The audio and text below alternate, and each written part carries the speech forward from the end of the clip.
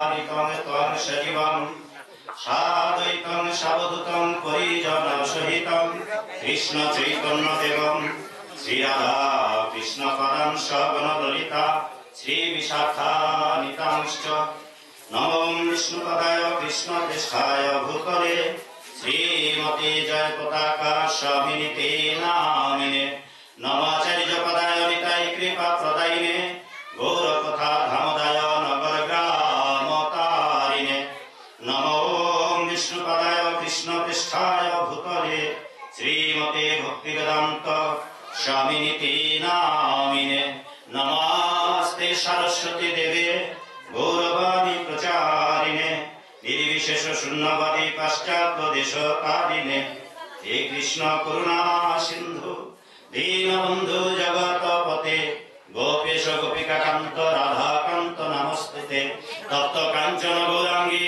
রাধে বৃন্দাবনেশ্বরী বৃষভানুসুতে দেবী প্রণমামি হরিপ্রিয়ে অনর্পিত চরিঞ্চিরা করুণাবতীর্ণ করুণ সমর্পয়িতুন্নত জলরসাংস ভক্তিশ্রিয়ম হরি পুরত সুন্দর দুক্তি কদম্ব সন্দীর্পিত সদাহৃদয় কন্দরে স্ফরতু বা সচিনন্দন।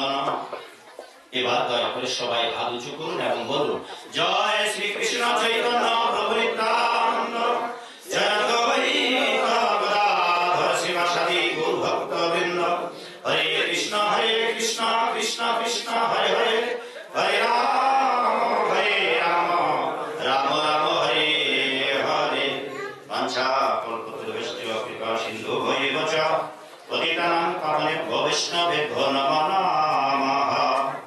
জয় রূপ সনাতন ভট্ট রঘুনাথ শ্রী জীব গোপাল ভট্ট রাজ রঘুনাথ এই ছয় গোসাই করি চরণ বন্দন যাহা হইতে বিঘ্ননাশ অভীষ্ট পূরণ। এই ছয় গোসাই মোর বাঞ্ছা কল্পতরু তা সবার চরণ বন্দি আলোচনা করিল শুরু। কার বাবা না কার মা যার উপলক্ষে আজকের অনুষ্ঠানের আয়োজন কোথায় প্রোগ্রাম কোথায় এটা কার উপলক্ষে যেন অনুষ্ঠান আজকে আমার দিদিমার উপলক্ষে আজকের এই কি নাম আপনার? নাম অরবিন্দ সিকদার, বাবার নাম অবিনাশ চন্দ্র সিকদার। অরবিন্দ অবিনাশ। আর আপনার ঠাকুরমা? না দিদিমা, দিদিমা মানে মায়ের মা। দিদিমার উপলক্ষে আজকের এই মহোৎসব। ঠিক আছে বসো। বাবু দিদিমা তার মানে আপনার বাবার শাশুড়ি অন্য জামে বাবা কোথায়? বাবা বাবা কান চোখ সব ঠিক আছে তো? আমার কথা শুনতে পাচ্ছেন তো? বাবা আমার কথা শুনতে পাচ্ছেন? আমার কথা শুনতে পাচ্ছেন? আচ্ছা যাক ধন্য জামাই আপনি যে আপনি শাশুড়ি মার উপলক্ষে আজকে এই মহোৎসবের আয়োজন করেছেন। এর দ্বারা জগতে কল্যাণ হবে। ভবিষ্যতে অনেক জামাইরাও চেষ্টা করবে যে শাশুড়ি মার মহোৎসব উপলক্ষে ভাগবতী অনুষ্ঠান। ভালো হলো, এটা আমাদের একটা অভিজ্ঞতা হবে। এমন দিনে শুভক্ষণে আমরা সমবেত হয়েছি যেদিন এই ধরাধাম ছেড়ে এটা লাগবে না, ওটা কোন সময় খেলা দেবে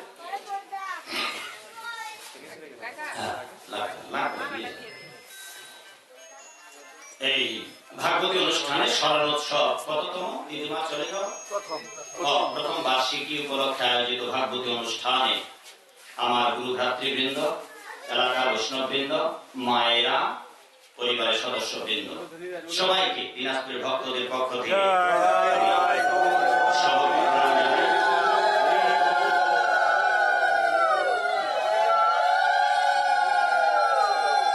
সকলে আমার ভক্তিপূর্ণ প্রণাম গ্রহণ করুন। বাবু অনেক দূর থেকে এসেছেন, কদিন আগে ফোন দিয়েছিলেন। কি নাম আপনার? সুশান্ত কর্মকার। সুশান্ত কর্মকার। আর তিনি তারও সঙ্গে ভাগবত আসরে সফর সঙ্গী হয়ে আরো 4 জনকে নিয়ে এসেছেন। তার মানে তারা 5 ভাই এসেছেন। তো বললাম যে যাক এবার কুরুক্ষেত্রের সামরিক রণাঙ্গনে বিজয়ী ভবতু। 5 জন এসেছেন, পঞ্চ পাণ্ডবের প্রতিকৃতি। সবাই আমরা সবার জন্য প্রার্থনা করব আজকে এই পবিত্র হরিবাসরে, ভাগবত আসরে এবং আজকে অধিবাস। আগামীকাল থেকে কত প্রহর? 8 প্রহর, মানে সারাদিন সারা রাত পরের দিন লীলা কীর্তন হবে। আচ্ছা, লীলা কীর্তন কয়দিন? এইভাবে চলতেই থাকবে। আজকে তার সূচনা এবং প্রারম্ভিকা গৌরচন্দ্রিকা। আজকে আপনারা উপস্থিত হয়েছেন ছোট্ট পরিসরে। আমরা অনেক কথা জানবো, যা আপনারা অনেকে হয়তো আপনাদের কাছে কথাগুলো নতুন মনে হতে পারে, পুরাতন মনে হতে না, নতুন মনে হতে পারে, কিন্তু এগুলো পুরাতন কথাই। যেহেতু আপনারা অনেকেই কথাগুলো জানেন না, আজকে এমন কথা অনেকগুলো বলা হবে যা আপনারা জীবনের অন্তিম সায়ান্নে যারা এসেছেন তারা হয়তো এরকম কথা কোনোদিন শোনেননি। অনেক সময় কথাগুলো হয়তো আপনাদের বেসুরা লাগতে পারে। চিরকালে যারা যে গানের সুর শুনে এসেছে, হঠাৎ করে যদি সুর পাল্টানো হয় তাহলে তো বেসুরা লাগবে না? তো আমাদের আয়ুর্বেদ শাস্ত্রে বলা হয়েছে যে কদাপি উৎপত্তি মাতা না, আয়ুর্বেদ শাস্ত্রে না, নীতি শাস্ত্রে কদাপি উৎপত্তি মাতা নদরস্তা হরিতপি। চাণক্য নীতিতেও বলা হয়েছে যে মায়ের বকনি অথবা শিক্ষকের শাসন, পিতা মাতার শাসন অনেক সময় সন্তানের ভাবতে পারে যে আমাকে বকাঝকা দিচ্ছে, এর জন্য বিপদগামী হয়ে সন্তানের অমঙ্গল হতে পারে। কিন্তু আমাদের আয়ুর্বেদ শাস্ত্র, বেদ শাস্ত্র বলেন যে শাস্ত্রের যে উপদেশগুলো আছে অনেকটাই, অনেক উপদেশ তিক্ত, উপদেশগুলা তিক্ত। আর এই জন্য দেবী মা দুর্গাকে বাবা ভোলেনাথ বলেন যে আগত কলিকালে বাহাবা পাওয়ার কথা অনেকজন বলবে, ভালো কথা বলবার লোক অনেক পাওয়া যাবে, কিন্তু হে দেবী আগত কলিযুগে সত্য কিন্তু অপ্রিয় সত্য কথা বলার লোক বড়ই দুর্লভ। আমি আজকে আপনাদের কিছু অপ্রিয় সত্য কথা বলবো, আর এই জন্যই বলবো যা শুনলে, যা শোনালে হিন্দু জাতির মেরুদণ্ড সোজা হয়ে দাঁড়ায়। আমরা চাই আমাদের জাতির ভাগ্যাকাশে এখন রক্তিম সূর্যোদয়, সারা বিশ্ব পরিমণ্ডলে আজ জয় পতাকা উড্ডীন সনাতন ধর্মে। এখন মিডিয়ার যুগ, পৃথিবীর যে কোনো দেশের ধর্মের বৈষ্ণবদের দেখতে চান সনাতন ধর্মের কি বিজয় পতাকা উড্ডীন হয়েছে সারা বিশ্ব পরিমণ্ডলে। আজ আপনার ঘরে পূজিত সেই তুলসী দেব, আপনার পূজনীয় ভগবত গীতা, আপনার পূজনীয় ভাগবত, সারা পৃথিবীর কোন দেশ বাকি নাই। এই আন্তর্জাতিক কৃষ্ণ ভাবনামৃত সংঘের মাধ্যমে, এই গৌরীয় ভক্তদের মাধ্যমে বিশ্ব পরিমণ্ডলে আপনাদের সনাতন ধর্ম, আপনাদের হিন্দু ধর্ম, আপনাদের বৈষ্ণব ধর্ম, আপনাদের গীতার ধর্ম, ভাগবতের ধর্ম, আপনার বংশের 14 পুরুষের যে ধর্ম সনাতন ধর্ম, আজ বিশ্বের অগণিত মানুষ, হাজার হাজার মানুষ, তারা তাদের তাদের দেশে ডঙ্কা নিশান বাজিয়ে, মৃদঙ্গ করতাল বাজিয়ে, তাদের তাদের দেশে সচিনন্দন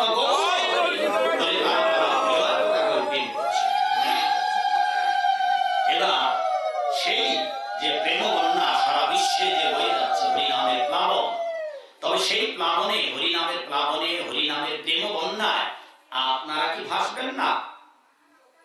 তবে তো দুঃখ করে বলতে হবে যে বঞ্চিত অস্মি, বঞ্চিত অস্মি, বঞ্চিত অস্মি সংশয় বিশ্ব গৌর রসে মগ্ন স্পর্শতমপি। সারা বিশ্বের অগণিত মানুষ আজ গৌর প্রেমে, কৃষ্ণ প্রেমে মত্ত হয়ে তারা তাদের তাদের দেশে মৃদঙ্গ করতাল বাজিয়ে হা গৌর সচিনন্দন, হে ব্রজেন্দ্র নন্দন, শ্রী গোবিন্দ, তাদের তাদের দেশে তারা গাচ্ছে। আর আমরা যে দেশে, আমরা সেই ভারত ভূমিতে, পবিত্র ভূমিতে জন্মগ্রহণ করেছি, যেখানে ভগবানের তাবৎ অবতার পুরুষেরা এসেছে। রামচন্দ্র, কৃষ্ণচন্দ্র, বরাহ নৃসিংহ, বামন, সব অবতার, এমনকি চৈতন্য মহাপ্রভু এই পূর্ণ ভারত ভূমিতে এসেছে। মহাপ্রভুর আদেশ, ভারত ভূমিতে মনুষ্য জন্ম হইল, যা জন্ম সার্থক করে কর পরোপকার, পরের উপকার নাই বা করলেন, অন্তত নিজের মানব জীবনকে সার্থক করার জন্য তো মানব জীবনের মূল্যায়ন করা উচিত। আমরা সেই মূল্যায়নের বিষয়টা খেয়াল রাখবো। যদি আমরা মানুষ, কিন্তু আজ থেকে হাজার হাজার বছর পূর্বে ভগবান শ্রী গোবিন্দ এই পৃথিবীর মানুষকে ভগবত গীতা মাত্র 8 ভাগে ভাগ করেছেন। পৃথিবীতে কোটি কোটি মানুষ আছে, এই কোটি কোটি মানুষকে 8 ভাগে ভাগ করেছেন ভগবান। আর এই 8 ভাগের মানুষদের মধ্যে 4 ভাগের মানুষ ভগবানকে ডাকবে না। যারা ডাকবে না তাদের চরিত্র বর্ণনা দেওয়া হয়েছে, কারা কারা ডাকবে আমরা সেই বিষয়গুলো আলোচনা করব আর নিজেরা নির্বাচন করব যে চারজন যে আমরা যে ভগবানকে ডাকবো না তাদের চরিত্রের মধ্যে আমরা কেউ আছি কিনা। যদি এরকম থেকে থাকি তাহলে আমাদের চরিত্র পরিবর্তন করতে হবে। যেমন একটা আধুনিককালে একটা সংস্থা বেরিয়েছে যারা একটা ইংরেজিতে একটা প্রভাব, তাদের একটা ডায়ালগ আছে, change your attitude, change your life. আপনি আপনার জীবনের ভাবনাগুলো চেঞ্জ করুন, তাহলে জীবন বদলে যাবে। আপনি আপনার চিন্তা চেতনাগুলোর আধুনিকায়ন করুন, আপনি চিন্তা চেতনাগুলোর বৈজ্ঞানিক আওতায় নিয়ে আসুন, যাতে করে আপনি এটাকে ডেভেলপ করতে পারেন। তা আমাদের চিন্তা ভাবনা, শিলা প্রভুপাদ বলেছেন যে তোমার চিন্তা ভাবনা থাকবে না, জীবন যাপন থাকবে সাধারণ, কিন্তু চিন্তাগুলো থাকবে উন্নত, simple living and high thinking. নিজের চিন্তা ভাবনাগুলো খুব উন্নত থাকবে, জীবনটা থাকবে সাদা সিধে একেবারে। গ্রাম্য পাড়া গায়ে, অজপাড়া গায়ে যেমন মায়েরা আছে একেবারে বিনা হিনা খিনা পিনা নবীনা অবলা সবলা, সহজ সরল জীবন। আজও বৃন্দাবনে যাবেন, 5000 বছর পূর্বে যে জীবন যাপন ছিল, আজও আধুনিকতার ছোঁয়া সেখানে লাগেনি। সেই জন্যই বাংলাদেশ এবং ভারতবর্ষ আজও পৃথিবীর স্বর্গরাজ্য। যদি ওয়েস্টার্ন সিভিলাইজেশন এটা খাইল, আধুনিক সভ্যতা ভগবত গীতার আদর্শের কাছে ব্যর্থতায় পর্যদস্ত। যেহেতু আজকে পরকালে কল্যাণ উদ্দেশ্যে বাবার শাশুড়ি মা, ওনার দিদিমার কল্যাণ উদ্দেশ্যে এখানে এই ভাগবতী অনুষ্ঠানের আয়োজন করা হয়েছে, আমরা তাই দিয়ে শুরু করব। ভগবত গীতায় কত শ্লোক আছে বাবা তুমি জানো? ভগবত গীতায় কত শ্লোক? মামালি তুমি জানো না? কিসে পড়ো তুমি? তুমি কিসে পড়ো? এখানে বাবু যারা পড়াশোনা করো, যারা বাবুরা মামুনিরা, তোমরা কেউ বলতে পারবে ভগবত গীতায় কতগুলো শ্লোক? যারা এখনো পড়াশোনা করছে স্কুল কলেজ বিশ্ববিদ্যালয়, এই ভগবত গীতায় কতগুলো শ্লোক আছে? বাবু তোমরা কেউ জানো? দেবাশিস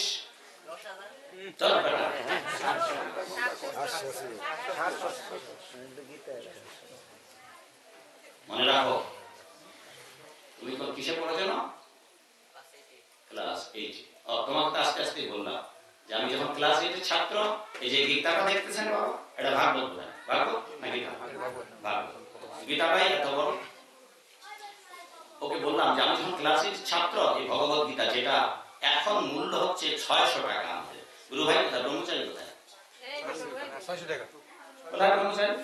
ওহো, এখানে একটা বসার দিতে একটা চেয়ার নেই, এখানে ও ঘরের মধ্যে লুকিয়ে আছে, নিয়ে আসেন বাইরে করে ব্রহ্মচারী। যখন এই ভগবত গীতা এখন প্রভু 600 টাকা না? 600। হ্যাঁ 600। এই ভগবত গীতার মূল্য যখন মাত্র 70 টাকা ছিল, তখন আমি ক্লাস 8 ছাত্র। ইসকন বাংলাদেশে তখন প্রচার প্রসার হয়নি, ভারতে আমার মামা গিয়েছে। ক্লাস 8 ছাত্র অবস্থায় ভগবত গীতা আমি একাধিকবার অনেকবার পরে শেষ করি, এবং তখনই আমি এটা নোট করে ফেলি যখন আমি 8ম শ্রেণীর ছাত্র।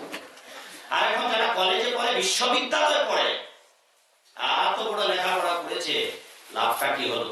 লাভটা পরিণামটা কি দেখুন। এখনকার ছেলেমেয়েরা, এখন তো ক্লাস 8, 9 এর ছেলেমেয়েরা বলছে, আপনাদের ঘরে ছেলেমেয়েরা দেখুন তাদের চরিত্র কিরকম। এটার জন্য আপনারা দায়ী যারা অভিভাবক রয়েছেন।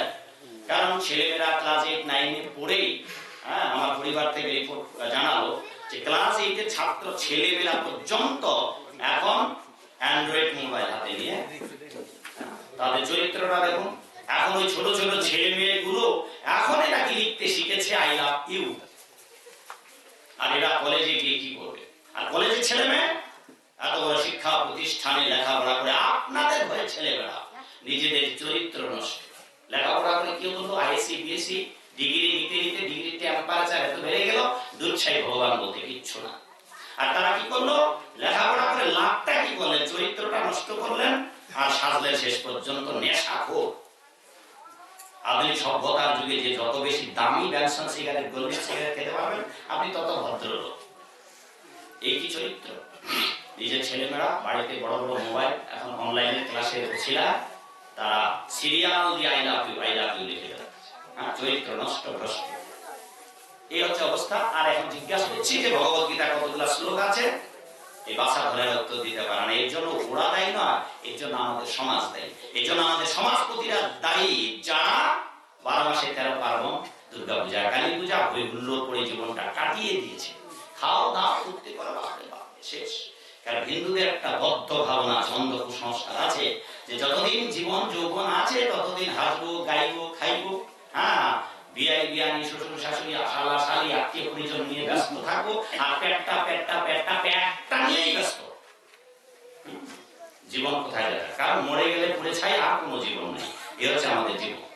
চলুন আমরা ভগবত গীতার এই 700 শ্লোকে, এই বাবুরা জেনে রাখো, যারা এখনো পড়াশোনা করছো, নাইলে আমাদের জাতির মাথা মুন্ড তো আমাদের ঠাকুর দাদা বাপ মারা খাইছে, এখন যদি আমরাও খেয়ে গিলে ফেলি তাহলে শেষ। হিন্দু জাতিকে একদিন ওই চিড়িয়াখানায় দেখতে হবে। ভারতের কোন এক বক্তা এইভাবে বলেছিলেন যে আজ যদি গৌরীয় ভক্তরা না আসতো, আজ যদি প্রভুপাদ না আসতো, তবে বাঙালি হিন্দু মানুষদের চিড়িয়াখানায় গিয়ে দেখতে হতো।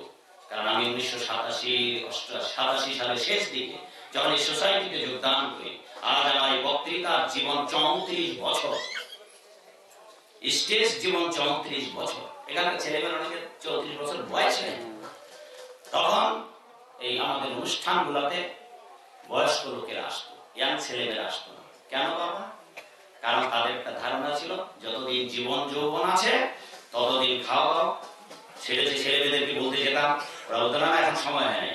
যারা ইয়াং ছেলে মেয়ে এরা বলবে সময় হয় নাই, আর যারা বিয়ে করেছে তারা বলবে এখন সময় পায় না, আর যারা বৃদ্ধ হয়ে গেছে তারা বলবে যে বাবা এখন তার সময় আগে কিছু করি নাই, এখন কি হবে গতি?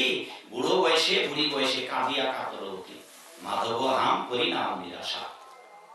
তো চলুন এই ভগবত গীতার 700 শ্লোকের মধ্যে কেবল একটি শ্লোকে পরকালের প্রসঙ্গ আলোচিত হয়েছে, তাও এটি ভগবান বলেননি, অর্জুন মহাশয় বলেছেন।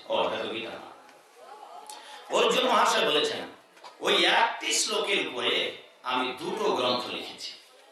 তার মধ্যে এই যে এই দুটো ভগবত গীতার একটি শ্লোক এই মৃত মানুষের শ্রাদ্ধ নিয়ে, ভূতের বাপের শ্রাদ্ধ, 14 গোষ্ঠীর উদ্ধারের নিয়ে বাংলাদেশে হিন্দু মানুষেরা আমরা যত ঝগড়া বিবাদ করেছি, আর এই ঝগড়া মীমাংসার জন্য 34 বছর ধরে যতগুলো প্রোগ্রাম করেছি, ধর্মসভা অতগুলো হয়নি, যতগুলো ঝগড়া মীমাংসার ধর্মসভা করেছি, এই কেবল শ্রাদ্ধের জন্য।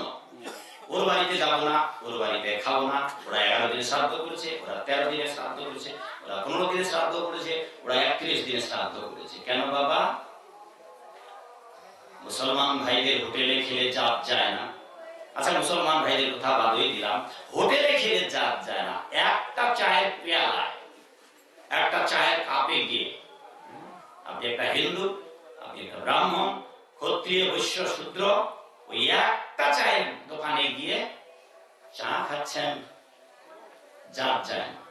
হিন্দু মানুষ লজ্জা করে না মুরগির মাংস খান, তখন জাত যায় না। আর হিন্দু মানুষের বাড়িতে গিয়ে একটা নিরামিষ খাবে, শ্রাদ্ধে বাসরে যাবে, তখন জাতা যাবে। হোটেলে একসঙ্গে সবাই বসে খাচ্ছেন, বাবু আপনারা কি টাইটেল, কি নাম লেখেন? কর্মকার, কেউ বা চর্মকার, হ্যাঁ, কেউ বা সুইপার, কেউ বা ঢাকি, প্রামাণিক, দেবশর্মন, প্রভুরা কি সিদ্ধার সরকার। এই যে এর সঙ্গে ছেলেমেয়ে বিয়ে দেবে না, ওর সঙ্গে ছেলেমেয়ে বিয়ে দেবে না। সনাতন ধর্মের অবক্ষয়ের জন্য 1 নম্বর যে অধপতন, এটা হচ্ছে আমাদের কোন শিক্ষা প্রতিষ্ঠান নেই, কোথায় গিয়ে আমরা এগুলো জানবো। 2 নম্বর হচ্ছে জাতি ভূতান্তি ছেলা ছেলি, সামাজিক যে বজ্র আসনি কিন্তু গিয়াটা ফসকা। আমাদের সমাজের বন্ধনটা অত্যন্ত দৃঢ়, কিন্তু এই বন্ধনটা দৃঢ় আপাতত, কিন্তু ঘিরাটা হচ্ছে ফসকা গিরা। সমাজের বন্ধন এতটাই জঘন্য যেখান থেকে আপনারা বেরিয়ে আসতে পারেন না। আজ এই বিষয়ে আলোচনা করা হবে, কারণ সমাজের বন্ধনের জন্য আজ আমাদের জাতির সর্বনাশ করে ফেলেছি। হ্যাঁ, অন্যের বাড়িতে খেলে জাত যায় না, হোটেলে খেলে জাত যায় না, মুরগির মাংস খেলে জাত যায় না। আর ইদানিং কালে শুনতেছি কোন কুলাঙ্গার নাকি চতুষ্পদ প্রাণীরও মাংস খাওয়া শুরু করেছে, যেটা আমাদের মুখেও বলা উচিত নয়। অনেকে আমাদের কাছে এরকম সংবাদ নিয়ে এসেছে, যেটা অমেধ্য, সবটাই তো অমেধ্য। এমনকি আরো অনেক কথাই আছে যেগুলো আপনাদের হৃদয়ে অতটা শক্তি নেই। শাস্ত্রের যে কথাগুলো আছে সব কথা শুনবার এই হিন্দু মানুষদের অতটা হৃদয়ে নেই। কারণ আপনারা যারা বসে আছেন, শাস্ত্রের প্রকৃত কথাগুলো যদি বলি আপনার হৃদয় ব্যথিত হবে। তাই আমরা কি করি, এই কলিযুগের মানুষ অভাগা মানুষ, অল্প আয়ের মানুষ, মন্দ গতি, দুর্ভাগা, রোগাদির দ্বারা উপদ্রুত, সর্বোপরি ভগবত বৈমুখী। এই কলিযুগের বিষয়ে ভবিষ্যৎবাণী করা আছে। এই কলিযুগের মানুষেরা ভগবানকে আরাধনা করতে ভুলে যাবে। কলিযুগের মানুষেরা তুলসী পূজা বন্ধ করে দেবে। কলিযুগের মানুষেরা গলায় মালা পরবে না। কলিযুগের মানুষেরা তিলক করবে না। কলিযুগের মানুষেরা অনাচার বেবিচারে লিপ্ত হবে। কলিযুগের মানুষেরা বাবা মার পছন্দ ছাড়াই ছেলেমেয়েরা বিবাহ বন্ধনে আবদ্ধ হবে। বিয়ের পর বাবা মাকে ভুলে যাবে, আর শ্বশুর শাশুড়ি হবে প্রকৃত বাবা মা।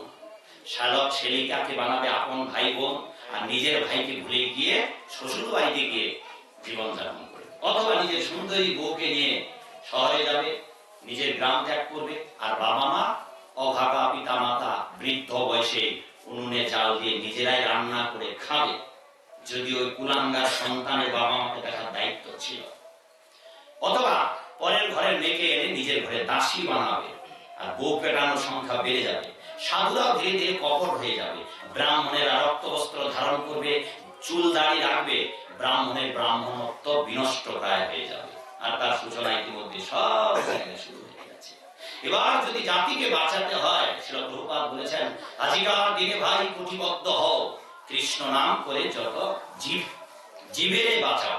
ভক্তি সিদ্ধান্ত সরস্বতী ঠাকুর বলেছেন, যাও পৃথিবীর প্রতিটি মানুষের দরজায় গিয়ে জোরে ধাক্কা দাও।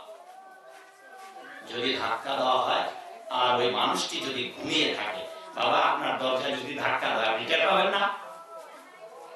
তিনি ব্যাখ্যা বললেন যে যদি সত্যি ঘুমায় ওই মানুষটা, ওই গৃহকর্তা, তবে জেগে উঠবে। আর যদি জেগে ঘুমায় আর যদি জানতে পারে যে আপনাকে জাগাতে গিয়েছে, তবে তো আপনি জাগবেনই না। আমাদের হিন্দু জাতির অধিকাংশ মানুষ জেগে ঘুমা মানুষ।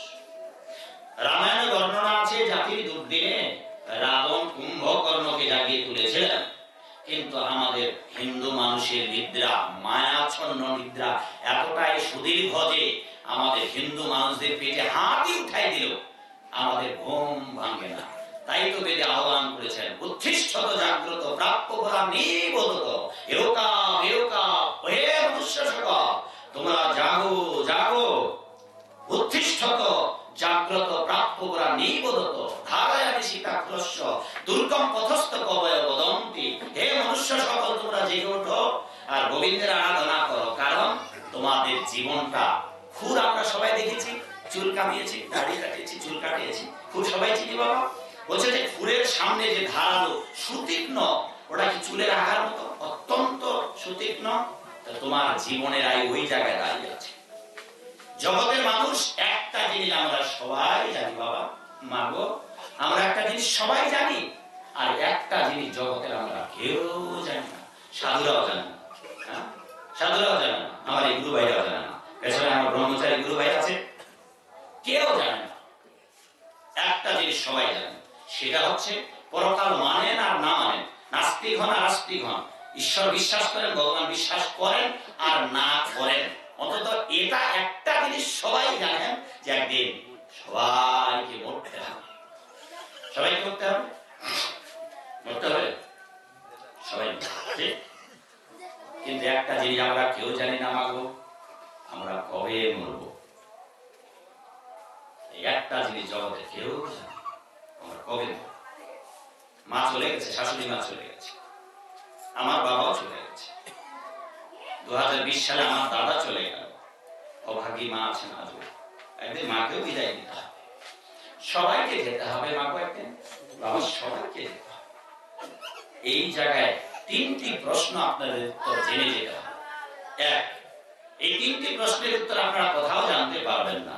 আপনারা যেই জায়গাতে লেখাপড়া করুন, স্কুলেই পড়ুন, কলেজেই পড়ুন, বিশ্ববিদ্যালয়ে পড়ুন, psychology, zoology, theology, mythology, বটানি, geography, science, arts, এখন বিজ্ঞানের প্রযুক্তিতে যতগুলো ফ্যাকাল্টি সাবজেক্ট এসেছে, সব বিদ্যায় যদি আপনি অধিগত করেন, সব বিদ্যায় যদি বিদ্যান হয়ে যান, তিনটি প্রশ্নের উত্তর জানতে পারবেন না ওই সমস্ত শিক্ষা প্রতিষ্ঠান। আর এই 3টি প্রশ্নের উত্তর এক, যার উত্তর ওই প্রতিষ্ঠানগুলোতে জানতে পারবেন না। 1 নম্বর, জন্মের আগে আমরা কোথায় ছিলাম। 2 নম্বর, কেন আমরা এই পৃথিবীতে এসেছি। 3 নম্বর, আজ এখানে ভাগবত অনুষ্ঠান, আগামীকাল হরিবাসর, পরের দিন কীর্তন পদাবলী হবে। 3 দিন ধরে আপনারা আসা যাওয়া করবেন। আজকে শেষ হবে, তারপর যাবেন, তারপর কালকে আসবেন, আবার যাবেন। এই বাবুরা আজকে এসেছে অনেক দূর থেকে রিজার্ভ করে। রাতে বাবুরা যদি কৃপা করেন এখানেই থাকতে পারবেন। আমার গুরু ভাইদের বাসায় অনেক জায়গা আছে। প্রসাদের রাতে জয় মহাপ্রসাদ কি প্রসাদের ব্যবস্থা আছে। পঞ্চপাণ্ডব ভাই আমার এসে খেয়ে দিয়ে এখানেই বিশ্রাম নিতে হবে। অথবা চাইলে কোথায় যাবে? আপন আপন গৃহে, তাই তো? আমরা সবাই আপন আপন গৃহে, যারা দূরে আছেন দূরে চলে। কিন্তু একদিন এই যে ঘরের দরজা দিয়ে বেরিয়ে এখানে আমরা এসেছি সবাই, ওই ঘরের দরজা দিয়ে মাগো বাবাকে একদিন চিরদিনের জন্য আমাদের বিদায় নিয়ে চলে যেতে হবে। ওনার দিদিমা চলে গেছে, দাদু চলে গেছে, আপনার বাবা মা আছে, একদিন সবাইকে চলে যেতে হবে। 3 নম্বর প্রশ্ন। তাহলে 1 নম্বর প্রশ্ন, জন্মের আগে কোথায় ছিলাম। 2 নম্বর প্রশ্ন, কেন এলাম, আসার উদ্দেশ্য কি। 3 নম্বর প্রশ্ন, যেদিন আপনি জগৎ ছেড়ে চলে যাবেন কোথায় যাবেন।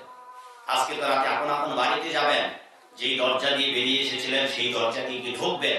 কিন্তু ওই দরজা দিয়ে ঢুকা যাওয়া আসা একদিন চিরকালের জন্য শেষ হয়ে যাবে।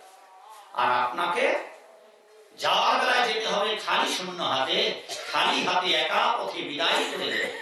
আমরা কিচ্ছু নিয়ে আসিনি, আমরা কিচ্ছু নিয়ে যাব না। মায়ের গর্ভে যেভাবে মুষ্টিবদ্ধ হাত নিয়ে এসেছিলাম, এবার জীবনে যা কোনোদিন বাজারে কাপড় কিনতে যান নাই, সেই চিরবিদায়ের কাপড় আপনাকে পরানো হবে। কেউ কেনে চিরবিদায়ের কাপড়, কত কম দামের কাপড় বা বেশি দামের কাপড় পরেও কেউ পাঠায় শ্মশানে।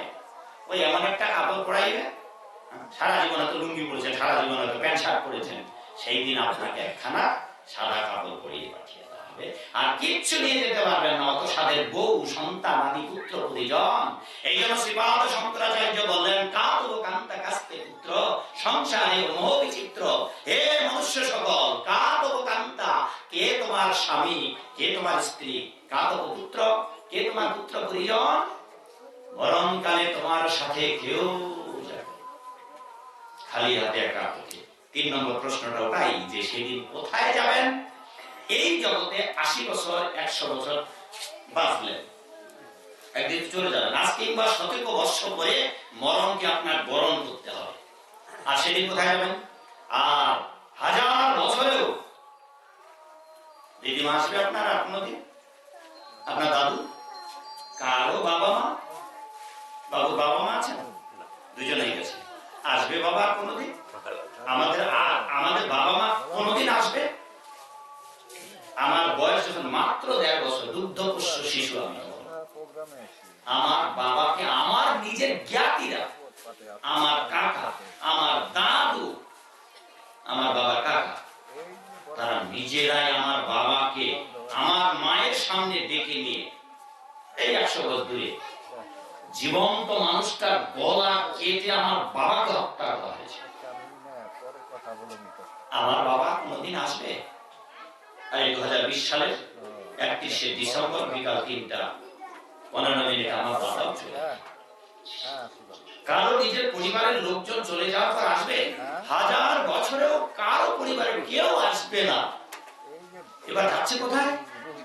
এই জগতে খাওয়ার জন্য 50, 60 বছর, 80 বছর, 100 বছর বাঁচবেন, তার জন্য দিন রাত গাধা খাটনি খাচ্ছেন, যেখানে গেলে আর কোনোদিন আসবে না। খাবেন কি ওখানে? এখানে তো কত কিছু খাওয়া দাওয়া করছেন, চর্ব, চস্য, লেজ্জ, পেয়, রুহিতস্য, কাতলস্য, খাসিস্য, মাংসস্য, পাঠাস্য, যো কিছু ভোজনস্য, খেয়ে বেঁচে যাচ্ছে। কিন্তু যেখানে যাবেন আর আসবেন না, সেখানে খাবেন কি? আমরা বেমালুম ভুলে যাচ্ছি। ভগবত গীতার সেই শ্লোকটি হচ্ছে যে মরণের পরপারে গিয়ে একটি মন্ত্র শুধু, একটি শ্লোক শুধু গীতা আছে। এই 700 শ্লোকের মধ্যে ভগবত গীতার প্রথম অধ্যায়ে অর্জুন বিষাদ যুগের 41 নম্বর শ্লোক, যেটা আমরা ব্যাখ্যা দিয়ে দেব। যেহেতু আজকে দিদিমার প্রথম বার্ষিকী, তা ভগবত গীতায় মৃত্যু প্রসঙ্গে, পরকাল প্রসঙ্গে 700 শ্লোকের মধ্যে একটি শ্লোক আছে, সেটি অর্জুন মহাশয় বলেছেন। ভগবান শ্রীকৃষ্ণ যখন বারবার বলেছিলেন যুদ্ধ করো আর এদেরকে বিনাশ করো, তুমি আমার কথা শোনো, ওঠো। আপনারা জানেন যে অর্জুন কথা শুনছিলেন না, তারপর ধমক টমক দিয়েছিলেন, এই নপুংসক হিজড়ে কটা, ওঠো যুদ্ধ করো, তোমাকে সাজিয়ে এনেছি এখানে যুদ্ধ করার জন্য, আর এখন বলছেন যুদ্ধ করবো না। আর কোনো কথা হলো, সারা বিশ্বের যোদ্ধারা এখানে সমবেত, আর তুমি বলতেছো এখন সন্ন্যাসী হইয়া বনে যাও, কলঙ্ক হবে না? বারবার বলছে। অর্জুন যুক্তি দেখাচ্ছে, যদি আমি এদের বিরুদ্ধে যুদ্ধ করি আর এই সমস্ত যোদ্ধারা পুরুষেরা এখানে সমাবেশী, এই পুরুষ যোদ্ধাদের যদি সবাইকে মেরে দেওয়া হয়, আচ্ছা পুরুষ যদি না থাকে মায়েরা কুলোটা হবে না? নিজের স্বামী যদি না থাকে তো পরপুরুষের সঙ্গ করবে না? অর্জুন মহাশয় সেইটাই যুক্তি, যে যদি পরপুরুষের সঙ্গ করে নারীরা, তবে তাদের বংশে বর্ণ সংকর জন্মাবে, নারীরা কুলোটা হবে, আর বর্ণ সংকর জন্মালে কুল ঘাতক হয়ে জন্মাবে, তাদের দ্বারা পিণ্ড শ্রাদ্ধ কিচ্ছু হবে। সেই জায়গায় এই কথাটা অর্জুন বলছে। শঙ্কর নরকায়ৈব কুল ঘ্নাসা কুলস্য চ পতন্তি পিতর হিসাংলুপ্ত পিণ্ডোদক ক্রিয়া। যদি বংশে বর্ণ সংকর জন্মায়, তবে সেই বংশের কুলোদ্ভূত সন্তান দ্বারা পিণ্ড লুপ্ত হয়ে যায়, তাদের দ্বারা পিতৃপুরুষ উদ্ধার লাভ হয় না। এই শ্লোকটির তাৎপর্য ছিল প্রভুপাদ বলেছেন যে সামাজিক ব্যবস্থার মধ্য দিয়ে আমাদের একটা নিয়ম নীতি আছে, যে কতদিন অশৌচকাল সবাইকে পালন করতে হয়, কিন্তু যারা ভক্তি যোগের অনুষ্ঠান করেন তাদের জন্য এই বাধা ধরা নিয়মটুকু নেই।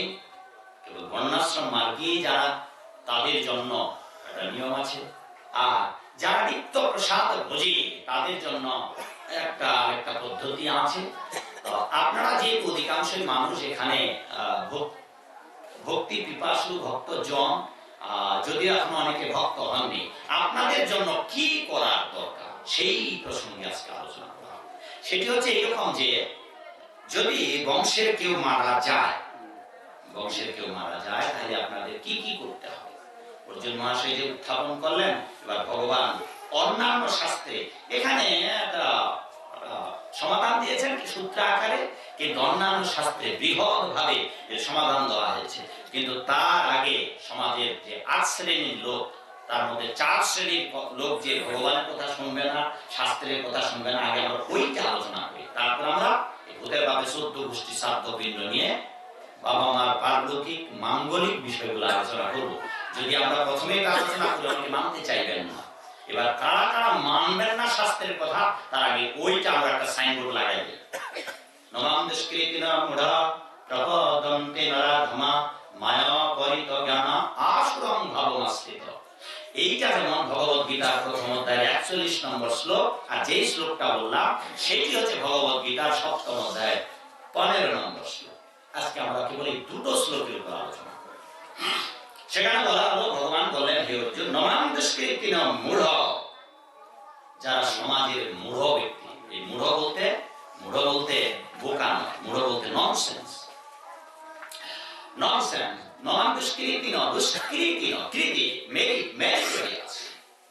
কিছু সমাজের লোক আছে যাদের বুদ্ধি আছে, প্রখর বুদ্ধি, কিন্তু ওই বুদ্ধিটা, মেরিটটা হচ্ছে ভালো মেরিট না, খারাপ কৃতি আছে কিন্তু দুষ্কৃতি। এরা হচ্ছে কি মূঢ়, এরা হচ্ছে ঠিক গাধার মতো। গাধা একটা দৃষ্টান্ত দিয়েছেন প্রভুপাদ, যে গাধা যদি ধোপা কাপড় নিয়ে না যায়, ওর ধারণা ধোপা কাপড় নিয়ে গেলে কাটানো ঘাস খেতে দেয়।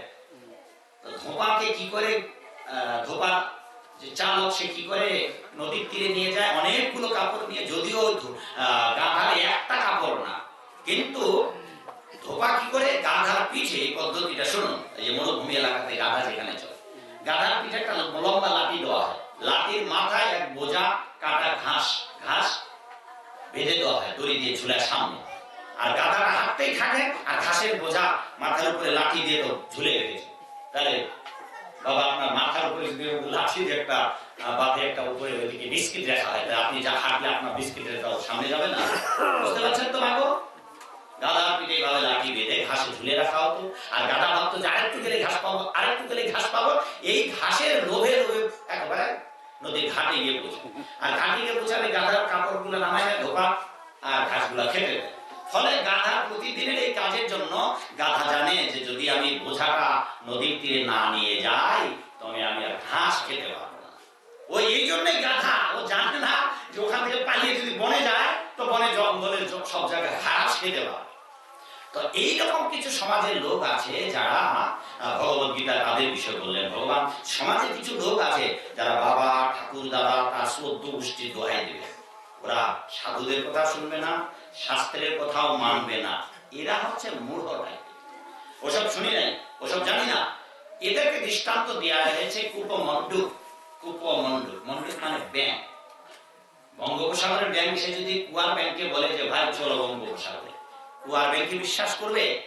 ও বলতেছে বঙ্গোপসাগর কিরকম, মুখটা হাঁ করে দেখাচ্ছে। এইরকম হলে না রে ভাই তার থেকেও বড়। এবার সামনে দুটো পাট এইরকম করে দেখাচ্ছে যে এত বড়, না না তার থেকে বড়। কুয়াটার এক পাশ থেকে গিয়ে লাফ দিয়ে ওই কুয়ার ভিতরে বলতেছে এত বড়। বলছে না রে ভাই তার থেকেও বড়। ওই কুয়ার ব্যাংক বলতেছে আমি মানি না। আরে বাপ 14 গোষ্ঠী সেই যুগ যুগ ধরে আমরা এই কুয়ার মধ্যে আছি, কেউ তো এই খবর বললো না। দুদিনের বৈরাগী ভাত কর না, তুমি এখন বঙ্গোপসাগরের খবর নিয়ে এসেছো। এতদিন ধরে খাইলাম দাইলাম বলে হরি বল দিলাম নাচাই গায়ে করে, আর এখন বলতেছে গলায় খাস লাগাতে হবে, তুলসীর মালা করতে হবে, কপালে তিলক দিতে হবে, পেছনে এরকম রাখতে হবে। হ্যাঁ, দুদিনের বৈরাগী। তার মানে এরা সাধুদের কথা শুনছে। আমরা মাছে ভাতে বাঙালি, মাছে ভাতে বাঙালি হিন্দু, আমরা শ্রাদ্ধ পিণ্ডতে মাছ খাবো, মাংস খাবো, হ্যাঁ আত্মীয় স্বজনে মৎস্যাদি করবো, এত সব করে আসলাম। আর এখন এই দুদিনের বৈরাগীরা এসে এইরকম করে বলতেছে। এদের বিষয় বলা হয়েছে যে এরা ঠিক কূপমণ্ডুক নমান্দুষ্কৃতি না মূঢ়। হে অর্জুন, এই মূঢ় টাইপের বোখাটে লোক যারা সংসার ভজিলি গৌরাঙ্গ ভুলিলি, না শুনিলে সাধুর কথা, ইহকাল পরকাল দুকাল যাইবে খাইবে আপন। এরা হচ্ছে মূঢ় টাইপ। এরা বঙ্গোপসাগর এখন ওই সমুদ্রের ব্যাগ মিনতি করছে, ভাই তোমাকে তো আমি সাগরটাকে দেখাতে পারবো না, তাই কৃপা করে তুমি একটু কুয়া থেকে ওঠো আর আমার সঙ্গে চল। সত্যিই বঙ্গোপসাগর আছে। সমাজে কিছু লোক আছে, এদের আমরা যদি জোড়হাত করে মিনতিও করি ওরা আমাদের কথা শুনতে চাইবে না। এমনকি স্বয়ং ভগবানও যদি এসে বলে তাও মানবে না। কারণ তো ভগবানকে চেনা, ওদের চোখে তো স্ক্যাটারেট করে গেছে, ছানি পড়ে গেছে। তা ছানি পড়া চোখে কি নিজের চেষ্টা দেখা যাবে ডাক্তারের কাছে না গেলে?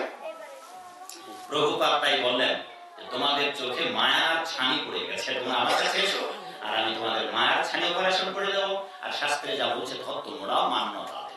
তো যতদিন পর্যন্ত শ্রদ্ধা ভক্তি না থাকে, ভগবত গীতা ভগবান বললেন শ্রদ্ধা শব্দেরা, যেমন চৈতন্য চরিতামৃতকার কবিরাজ গোস্বামী বলেছেন শ্রদ্ধা শব্দে বিশ্বাস করে সুদৃঢ় নিশ্চয়, কৃষ্ণে ভক্তি করিলে সর্বকর্ম কৃত হয়।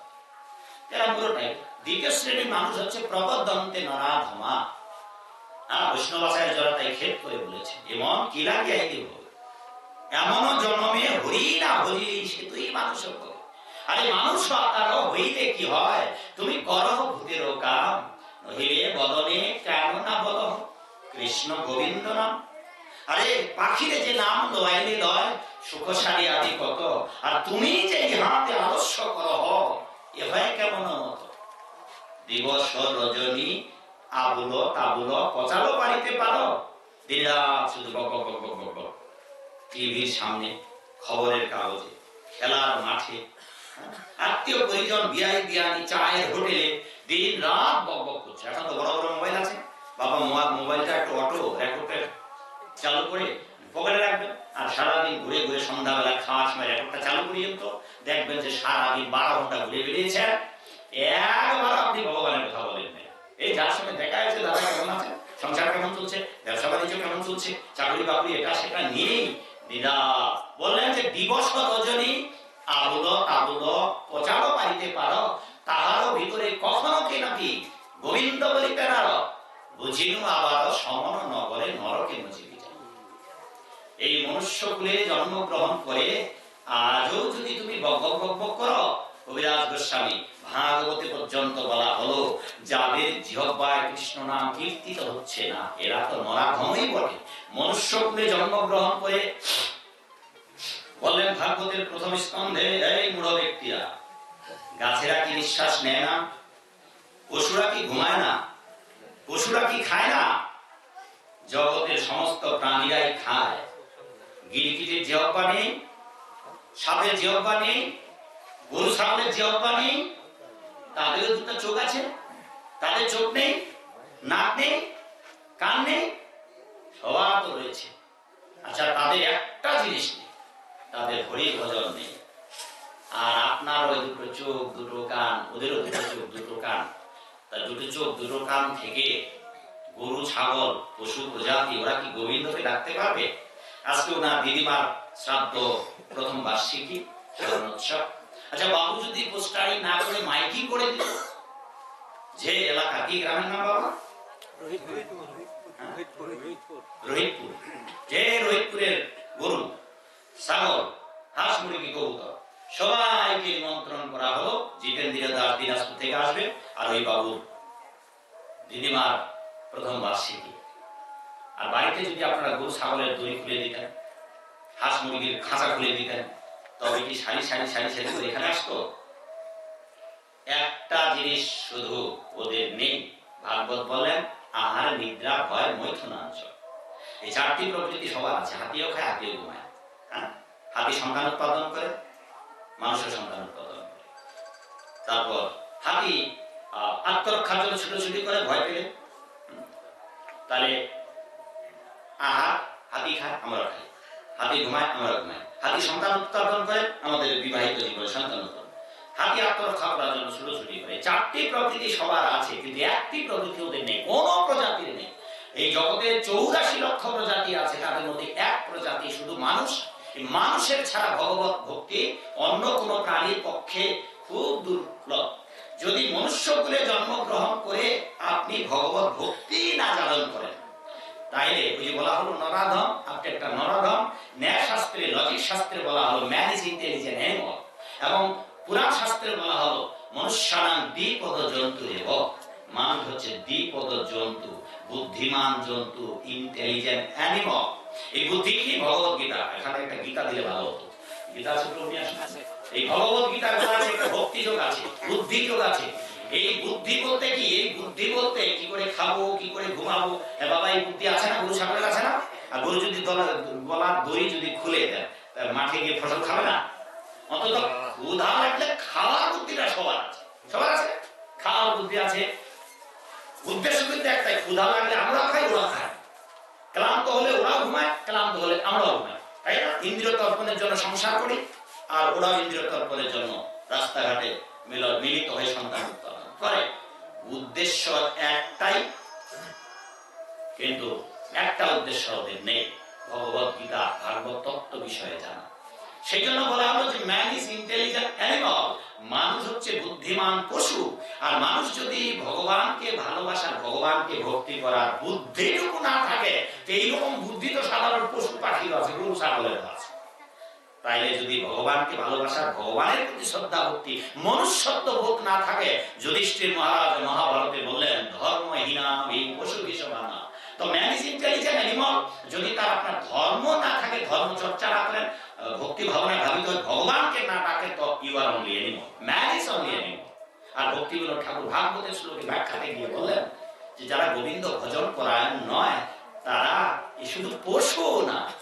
ভাগবতে বলা হলো গো এব খর, যা সংস্কৃত। গো মানে গরু, আর খর মানে হচ্ছে গাধা। ভক্তি বিনোদ ঠাকুর আরেকটু গিয়ে বললেন এরা গাধাও নয়, খচ্চর দেখেছেন বাবা আপনারা? খচ্চর গাধা থেকে একটু ছোট। খচ্চরের স্বভাব হচ্ছে এই নিরন্তর রতিরমন ক্রিয়া ব্যস্ত থাকবে, খালি ওই খচ্চরির পিছনে গুলগুল গুলগুল করবে, খচ্চরির পেছন ছাড়বে না, খাবে যাবে খচ্চরির পিছনে ঘুরে যাবে। আর খচ্চরি কি করবে? পেছনে দুটো পা দিয়ে খচ্চরকে খালি লাঠি লাঠি দিয়ে নাক মুখ দিয়ে রক্ত ঝরবে, কিন্তু খচ্চরির পেছনে ছাড়বে না। আমরা এই সংসারের লাঠি তা কেউ আমাদের আটকেল না, নাকানি চুবানি খেতে খেতে, দুঃখ কষ্ট খেতে খেতেও তারপর ভাবছি যে আরেকটু চেষ্টা করি, আরেকটু চেষ্টা করি। আরে বাবা, ভগবত গীতা তো ভগবান বলে দিলেন এই জগৎটা দুঃখের আলয়, এখানে নিরবচ্ছিন্ন সুখ পাবে না, দুঃখালয়ম। যদি ভোজনালয়ে যান কি ভোজন পাবেন, শরণালয়ে গেলে শরণ পাবেন, বস্ত্রালয়ে গেলে বস্ত্র পাবেন। আর ভগবান গীতা বলে দিলেন এই জগৎটা দুঃখের আলো, শুধু নিরর্থক আমরা শান্তির জন্য সুখের জন্য দৌড়াদৌড়ি করছি। তাই কৃষ্ণ লীলায় বললেন এই জগৎটা দুঃখের আলোয়। এবার গৌর লীলায় এসে বললেন তোমরা যদি দুঃখের আলোয় সুখ পেতে চাও শান্তির পথ কীর্তনীয় সদা হল। কৃষ্ণ কীর্তন গান নর্তন করো, নাচো গাও করো সংকীর্তন, বড়ই মধুর মহাপ্রভুর বচন। যদি তোমরা প্রকৃত শান্তি পেতে চাও, মহাপ্রভু পিচ অফ ফর্মুলা শান্তির সূত্র দিয়ে দিলেন যে যদি শান্তি পেতে চাও, সবাই তো শান্তি চাই। হ্যাঁ, বাজারে যদি দুটো দোকান থাকে, একটা শান্তির একটা অশান্তি, আমরা কোন দোকানে যাবো? সবাই শান্তির দোকানে ভিড় করবো। এবার যেহেতু আমরা শান্তি চাই, তাই আমাদের উচিত কার্য হবে নিত্য কৃষ্ণ ভক্তি পরায়ণ। যারা নয় তাদের বিষয়ে বললেন হে অর্জুন এরা হচ্ছে নরাধম। একটা মানুষের মতো ব্রাহ্মণ কুলেতে জন্ম হয়েছে, ক্ষত্রিয় কুলেতে জন্ম হয়েছে, আপনি মনুষ্য কুলে, ব্রাহ্মণ ক্ষত্রিয় বাধাই দিলাম, আপনি তো মানুষ। যা অন্য পশুদের ভাবনা থেকে আপনার উন্নত চিন্তা, সেই জায়গাতে গিয়েও যদি আপনি নিজের চিন্তা করেন একেবারে নিজ ভাবনা, তবে এবার একটা নরাধম। আর আছে মায়াপরিত জ্ঞান, নলেজ ইজ কভারড বাই ইলিশন। অনেক বিদ্বান লেখাপড়া করেছেন কিন্তু ভগবত তত্ত্ব বিদ্যা নেই। একটা প্রশ্নের উত্তর দিতে পারবেন না যদি এইরকম বিদ্বান ব্যক্তি থাকে যে যাদের পরকাল বিষয়ে ভাবনা নেই।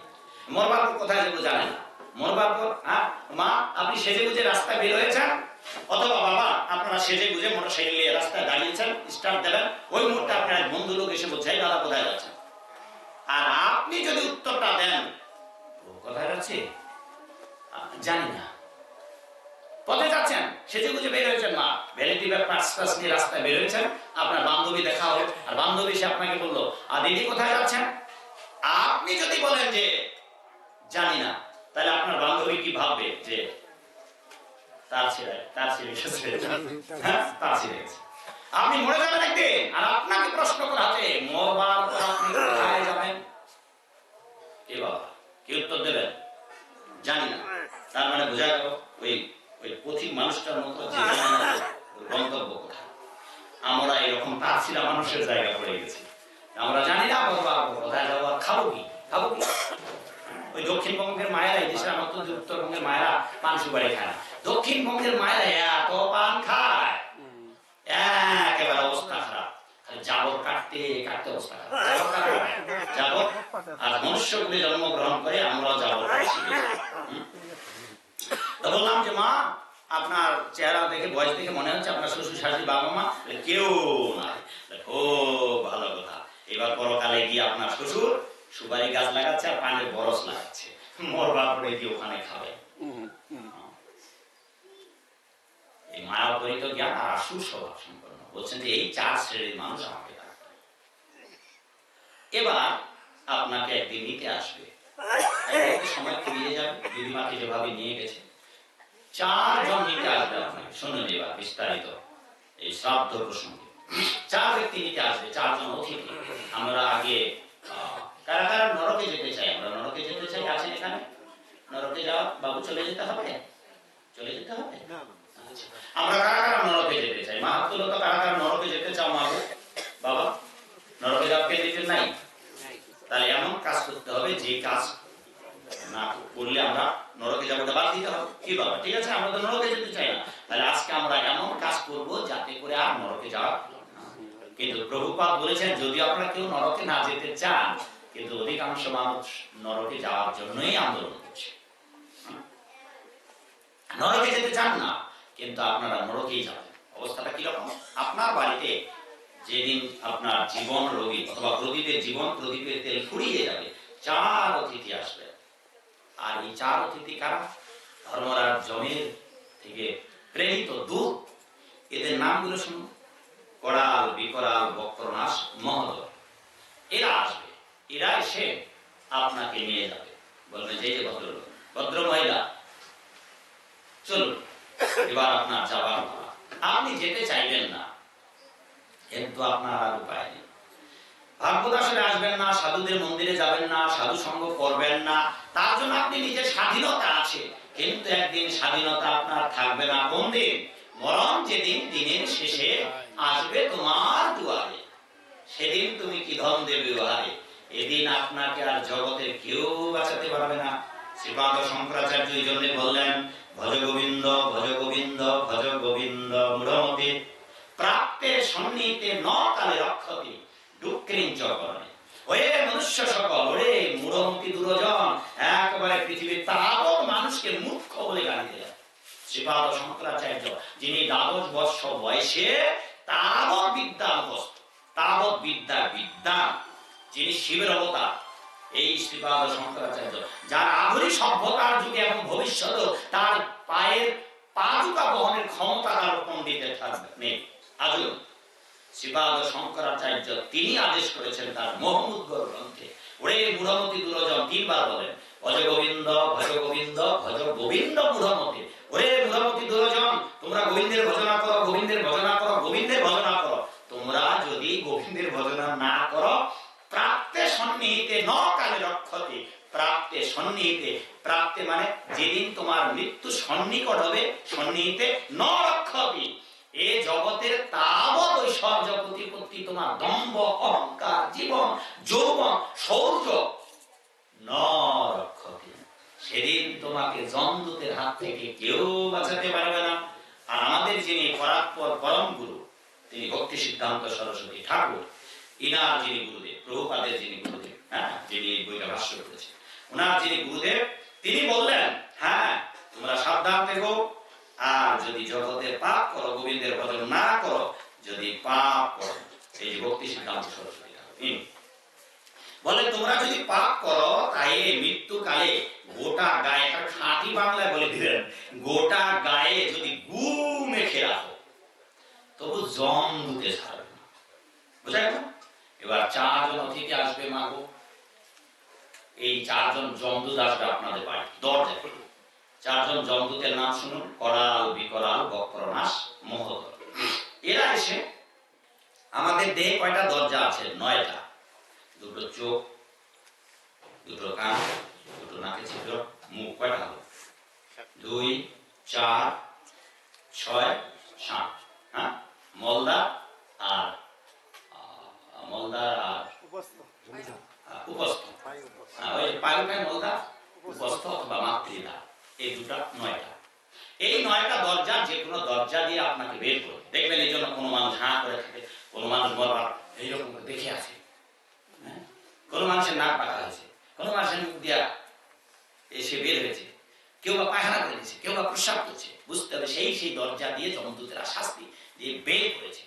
আর এই যন্ত্রণা বড়ই নিদারুণ যন্ত্রণা, আপনি যেতে চাইবেন না, বের হতে চাইবেন না। কিন্তু যদি আপনি গোবিন্দের ভক্ত হন, আচ্ছা ঘুমন্ত মানুষ নিজের ঘুমানোর আগে দরজা লাগায়, মা বাবা দরজা লাগায়, আচ্ছা যখন জেগে উঠেন নিজের দরজা, ঘরের দরজা খুলে বেরোতে কি কষ্ট লাগে? নিজের ঘরের দরজা যদি পেছন থেকে আপনার ভেতর থেকে বন্ধ করেন, তাহলে খুলতে কি কষ্ট লাগবে? যমদূতেরা এসে ওই ভেতরের দরজাটা যেটা খোলা, ওটা বন্ধ করে দেবে, বাইরে থেকে বন্ধ করে দেবে। সেটা দরজা আছে ব্রহ্মতাল, এই দিক দিয়ে পাপীরা বের হতে পারবে না। এটা হচ্ছে আরেকটা দরজা, এটা আরেকটা কুটুরি, যে কুটুরিতে মায়েরা ছোটবেলায় আমাদের তেল বসিয়েছে, হ্যাঁ, এটা ধূপ করে না, এই দরজাটাকে বলে ব্রহ্মতাল। ভক্তরা এই দিক দিয়ে বেরোবে, ঠিক নিজের ঘরের দরজা খুলে যেভাবে আপনি বেরিয়ে যাবেন। পরে আমরা এটা আসছি যেভাবে আমরা বৈকুণ্ঠে যেতে পারবো। আমরা আজ আপনাদেরকে বৈকুণ্ঠের যাত্রী করতে এসেছি, শ্রীল প্রভুপাদ এবং গুরু মহারাজ বলেছেন। এবং আমাদের জীবনের উদ্দেশ্য হচ্ছে পৃথিবীর একটা মানুষকে আমরা নরকে যেতে দিতে চাই না। আমাদের জীবনের ব্রতই হচ্ছে সবাইকে বৈকুণ্ঠের যাত্রী করা। আজ আমরা সেটার জন্য আপনাকে দরজায় এসে দাঁড়িয়েছি। এবার আপনাকে আমরা এই পাপের ভিন্ন বর্ণনাটা দিই। যদি আপনি পিতা স্বর্গ, পিতা ধর্ম, পিতা হি পরমং তপ, পিতা মাতার ভক্ত হয়ে জীবনযাপন করেন, আর কারো কিছু করছেন, আর যদি যা দেবী সর্বভূতেষু মাতৃরূপেণ সংস্থিতা নমস্তস্যৈ নমস্তস্যৈ নমো নমঃ, আপনি যদি মায়ের দুর্গার ভক্ত, আপনি যদি বাবা বলে না ওম নমঃ শিবায়, ওম নমঃ শিবায়, ওম নমঃ শিবায় ভক্ত হন, অথবা যদি নিরাকার ব্রহ্মের আরাধনা করেন, ওম ব্রহ্মণে নমঃ, ওম ব্রহ্মণে নমঃ, কোনটাই বিফলে যাবে না। পুণ্য কাজ করলে, ভালো কাজ করলে আপনি পুরস্কৃত হবেন, যেমন তেমনি করে যদি পাপ কাজ করেন দণ্ডও পাবেন। এই জন্য তো একটা বাংলা প্রবাদ আছে না, যেমন কর্ম করে নেন, আমরা সবাই পড়েছি। এবার যমদূতেরা আপনাকে বের করে নেবে, সেখান থেকে বের করার পরে পরে আপনি আবার ঢুকতে চাইবেন ওই দিকে, কিন্তু আপনি ঢুকতে পারবেন না, যেহেতু যমদূতেরা সাক্ষাৎ আছে। যমদূতেরা আপনাকে ঢুকতে দেবে না। এবার 12 দিন থাকবেন ওখানে। শুনুন বিস্তারিত, 12 দিন থাকবেন ওই বাড়িতে আপনি। 12 দিন এখন যে বিষয়গুলো বলতেছি, এই বিষয়গুলা এই দুটো বইয়ে আছে। আপনাদের লক্ষ লক্ষ টাকার বই পড়ার লাগবে না, এই দুটো বইয়ে বর্ণনা করা আছে। এখন যতটা বর্ণনা দেব মৃত্যু প্রসঙ্গে, শ্রাদ্ধ প্রসঙ্গে এবং নরক যাওয়া, স্বর্গ যাওয়া, বৈকুণ্ঠে যাওয়া প্রসঙ্গে, এই দুটো বইয়ের মধ্যে আছে। এটা শ্রাদ্ধ তত্ত্ব প্রথম পাঠ, এটা সেকেন্ড পাঠ, দ্বিতীয় পাঠ। এই দুটো বইয়ের মধ্যে এখনকার বর্ণনাটা আপনারা পাবেন। এবার যমদূতেরা 12 দিন আপনাকে ওই বাড়িতে দেখভাল করবে। আর আমাদের দেহটা 5টা উপাদান দিয়ে তৈরি। দিদিমা চলে গেছে, আমাদের দেহটা 5টা উপাদান দিয়ে, সবার মাটি, আগুন, জল, বাতাস, আকাশ। শাস্ত্রীয় ভাষায় ক্ষিতি, অপ, তেজ, মরু, ভূম।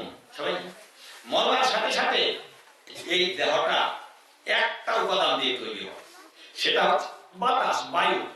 আর বায়ু দেখা যায় বাবা, মাগো, বায়ু দেখা যায়। এই জন্য আমাদের আত্মীয় স্বজন, পরিবার, মা বাবা মারা যাওয়ার পর আমরা কাউকে দেখতে পাই না, কিন্তু তিনি কি দেখতে পান? শাস্ত্র বলে দিচ্ছে তিনি সবাইকে দেখতে পান। আপনি সবাইকে দেখতে পাবেন, দুর্ভাগ্য আপনাকে কেউ দেখতে পাবে না। আপনারা কান্নাকাটি করবেন, আপনি ওখানে কান্নাকাটি করবেন, আপনার কান্না কেউ শুনতে পাবে না। আর আপনি সবার আর্তনাদ শুনতে পাবেন, দেখতে পাবেন। মাথায় হাত দেবেন যে বাবা আমি এখানে আছি, শুনতে পাবেন না। আর আপনি তো বায়ু দেহে আছেন, বায়ু দেহে যতটা এখানে আছেন ততটাই আরেকটা বায়ু দেহ প্রাপ্ত করবেন। ওই দিনে বের হওয়ার সাথে সাথে যমদূতেরা আপনাকে বায়ু দেহ প্রদান করবে। এই বায়ু দেহ 10 দিনে পুরো পিণ্ড দানে একটা দেহ তৈরি হবে, এটাকে বলা হয় শাস্ত্রের ভাষায় ভোগ দেহ বা আতিবাহী দেহ। এবার 10 দিনে এবং 12 দিনে ক্ষুধা, 10 দিনে ক্ষুধা লাগবে, 11, একাদশে, দ্বাদশে ভুঞ্জতে, 11 দিন এবং 12 দিনে খাবার দিন, ত্রয়োদশে প্রলিয়তে জমা হবে। 13 দিনের দিন যমদূতেরা আপনাকে ওই বাড়ি থেকে নিয়ে যাবে। যদি এর মধ্যে 12 দিনের মধ্যে ওই মৃত ব্যক্তির উদ্দেশ্যে পিণ্ড দিয়ে শ্রাদ্ধের খাবারের ব্যবস্থা না করেন, তবে বলা হচ্ছে বুভুক্ষিতম, যার অর্থ হচ্ছে অনাহারে। আপনাকে অনাহারে ওই বাড়ি থেকে চলে যেতে হবে। এবার নিদারুণ যন্ত্রণায় বিদায়কালে কান্নাকাটি করবেন। কি কি কান্নাকাটি করবেন সব এখানে লেখা আছে। আপনি আপনার পুত্রকে ডাকবেন, কারণ পুত্র তো বাড়িতেই থাকবে, শ্রাদ্ধবাসের বাবা, শ্রাদ্ধবাসের পুত্র থাকবে না। পুত্রকে ডাকবেন, হে পুত্র। স্ত্রীকে ডাকবেন, সারা জীবন শ্বশুর বাড়ি থেকে যেদিন তোমাকে এনেছিলাম রে বউ, সেই দিন থেকেই তো তোমার সব ভরণ পোষণ করলাম। আর আজ তোমার সামনে যমদূতেরা আমাকে প্রহার করছে, দণ্ড দিচ্ছে, নাজেহাল করে দিয়েছে। তোমরা আমাকে কেউ আজ রক্ষা করছো? বাছা, সন্তানদেরকে ডাকবে না, পুত্রকে ডাকবে, হে পুত্র। কেউ আপনাকে রক্ষা করতে যাবে না, কারণ আপনাকে যে দণ্ড দেওয়া হচ্ছে সন্তানেরা তো, আত্মীয় পরিজন কেউ জানতে পারবে না। নিদারুণ যন্ত্রণার ছটফট করবেন। আর দেখতে দেখতে, পিছন ফিরে দেখতে দেখতে যমদূতরা আপনাকে চড় থাপ্পড় কিল ঘুষি দিতে দিতে, গদা দিয়ে পেটাতে পেটাতে, রে নরাধম, সাধুদের কথা শোনো নাই, আমাদের গোবিন্দের ভজনা করো নাই, সত্য পথে চলো নাই, আর এখন কেঁদে লাভ নেই, রে অভাগা, এখন আমাদের সাথেই তোমাকে যেতে হবে। বড় নিদারুণ যন্ত্রণা হবে। বড় নিদারুণ যন্ত্রণার মধ্য থেকে অত সাধের ঘর বাড়ি ছেড়ে আপনাকে বিদায় নিতে হবে। বাবা ঘুমাচ্ছে, বাবা নাসিকা কীর্তন শুরু হয়ে গেছে, বাবা এভাবে একদিন চিরদিনের জন্য নিজের আত্মীয় পরিজন, পুত্র, স্বামীকে হারিয়ে এই বাড়ি থেকে বিদায় নিতে হবে। এবার যাবার রাস্তাটা দেখুন বাবা, নিদারুণ যন্ত্রণা। যাবার রাস্তাটার বর্ণনা দিচ্ছে শাস্ত্র। দাউ দাউ করে আগুন জ্বলছে, কাঁটাওয়ালা রাস্তা, বড় বড় ফুলের মতো কাটা আছে রাস্তা, মুষলধারে বৃষ্টি হচ্ছে। সেই বৃষ্টিগুলো অস্ত্রের বৃষ্টি, কোন অস্ত্র? বংশী পত্রের নেই, বাঁশার পাতা, বাঁশ সবাই চিনে, বাঁশের পাতা মেলে ধারালো। এবার যমদূতেরা কি করবে? আপনাকে পাদুকা পরিয়ে দেবে। শ্রাদ্ধে আমরা পাদুকা দিই বাবা, পাদুকা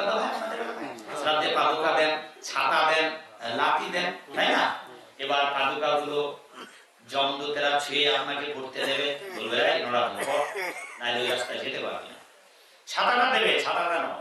ছাতা দিয়ে ওই যে বৃষ্টি, আগুনের বৃষ্টি, অস্ত্র বৃষ্টি, ছাতা দিয়ে বয়ে যাবে, যাতে ওটা ভেদ হবে না, পাদুকা ভেদ করতে পারবে না, আগুন পোড়াতে পারবে না, এবং শুল যে কাঁটাগুলো আছে সেগুলো বিদ্ধ করবে না। এইভাবে আপনাকে পাদুকা পরিয়ে দেওয়া হবে, আর ছাতাটা হাতে দেওয়া হবে, একটা লাঠি দেওয়া হবে।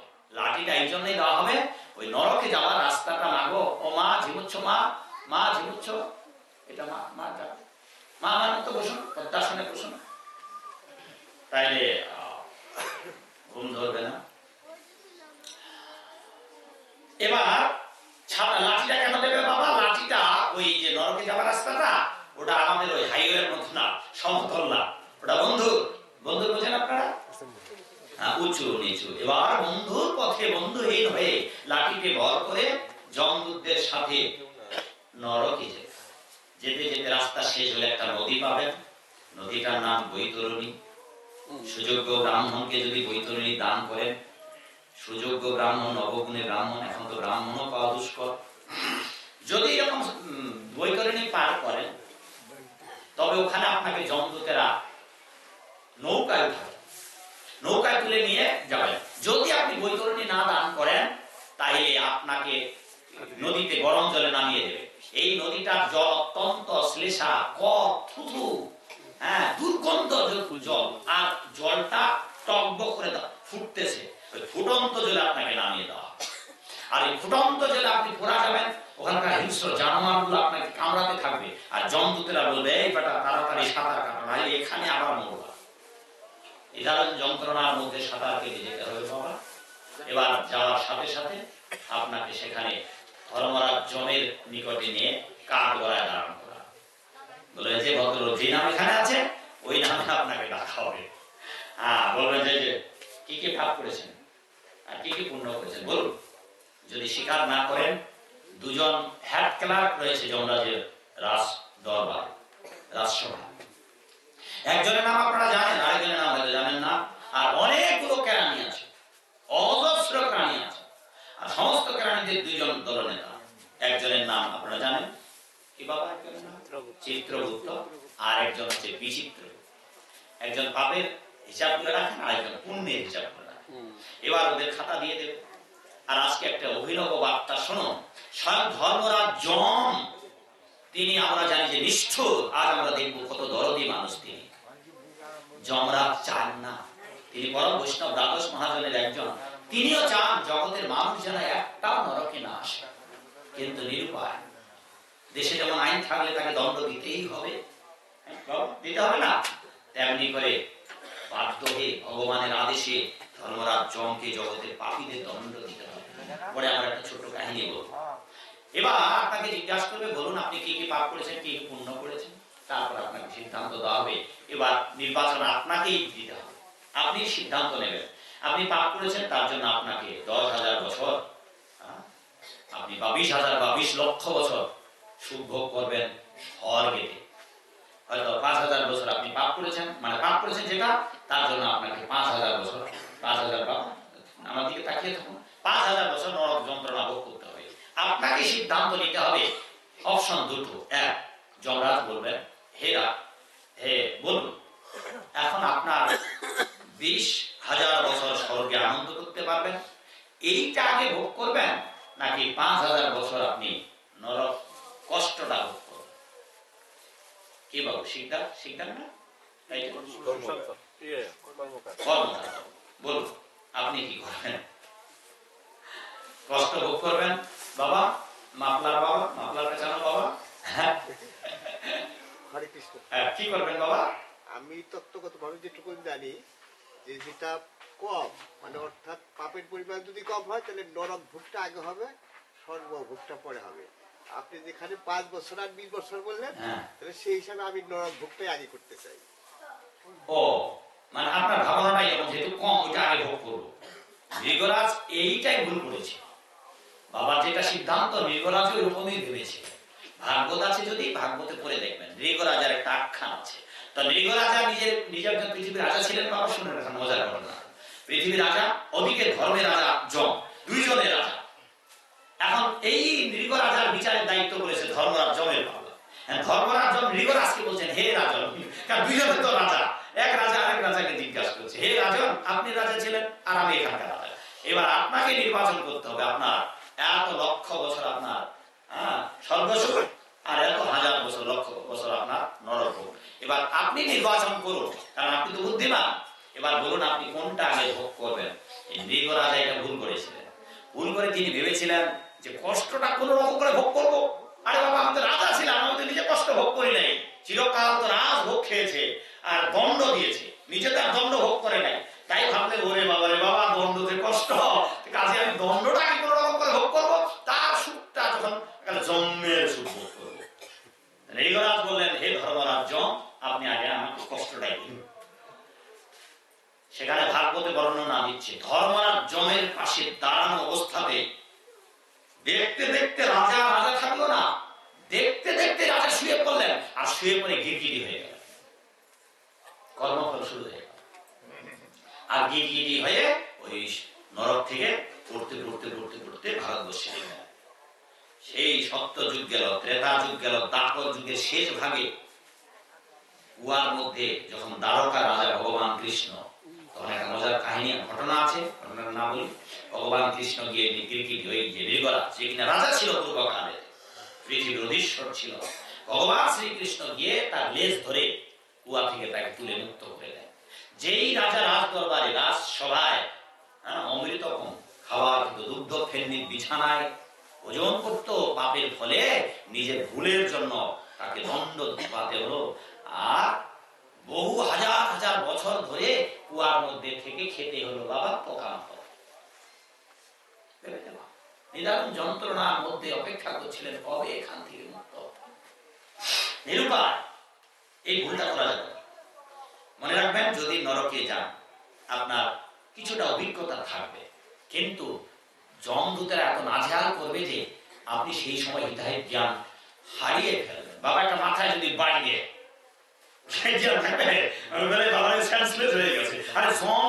দেখলেই মাথা খারাপ হয়ে যাচ্ছে, এমনিতে জ্ঞান হারাবে আর বলার সাহস পাবেন না, কারণ এত পাপ করেছি আমরা। ওখানে একটা ভালো কথা বলবেন, কথাটা বলার সাহস পাবেন না আপনি, হ্যাঁ ক্ষমা চাওয়ার সময় পাবেন না, না মরবেন না, মরবেন না, দেখেন না কাণ্ডখানা, মরবেন না, শাস্তি দিলেও মরবেন না, ওই রকম একটা উপযুক্ত দেহ যমরাজ দান করে দেবে আপনাকে, মরবেন। এইবার কেন আমরা নরকে যদি গিয়েও থাকি আমাদের পুণ্যটা আগে চাইতে হবে বাবা। পুণ্যটা কেন চাইতে হবে? যদি আপনি পুণ্যটা চান তাহলে পুণ্য বলে আপনাকে স্বর্গে যাবেন, স্বর্গে গেলে দেবর্ষি নারদ এই বৈষ্ণবরা মাঝে মাঝে স্বর্গ পরিভ্রমণ করতে যায়। স্বর্গ পরিভ্রমণ করতে গিয়ে দেবর্ষি নারদ যখন বিনায় যন্ত্রে কৃষ্ণ নাম করবে, আর ওই স্বর্গেতে থেকে কৃষ্ণ নাম শুনে বেদেতে বলা আছে, যেমন বেদের উপরে এখানে একটি বই আছে বেদবাক্যে মানবের ভ্রান্তি, এই বেদেতে বলা আছে পঞ্চাগ্নি বিদ্যার দ্বারা যদি স্বর্গেতে কেউ গোবিন্দের ভজন করতে পারেন, আর স্বর্গেতে গোবিন্দের ভজন করে যদি গোবিন্দের ভক্ত হতে পারেন, দেবলোকে গিয়ে বৈষ্ণবদের দর্শন করে, তাহলে স্বর্গলোক থেকে সোজা আর ওই যে বাবা 5000 বছর আপনার নরক, এরপর আর আসতে হবে মুক্তি হয়ে গেল। এই একটা সুন্দর বর্ণনা। এবার শুধু এইটাই যথেষ্ট না, আরো বর্ণনা আছে। এই ধরুন যে আপনি পাপের যে ভোগ করতে চাইলেন, এবার শুধু একটা পাপের শাস্তির কথা শুনুন। অনেকগুলো 5000 বছর ধরে কি কম শাস্তি হবে বাবা? খালি একটা পাপের শাস্তি শুনুন, তাইলে দেখবেন যে বোধ পত্রিকায় শাস্ত্রে কি অমোঘ দণ্ড বিধানের ব্যবস্থা আছে, কেবল একটা শাস্তি। এবার ভগবত গীতা, এই ভগবত গীতার আমাকে এটা গাণিতিক একটা আমরা হিসাব দিয়ে দেয় যে আমরা কত পাপ করেছি। এই ভগবত গীতার 3য় অধ্যায়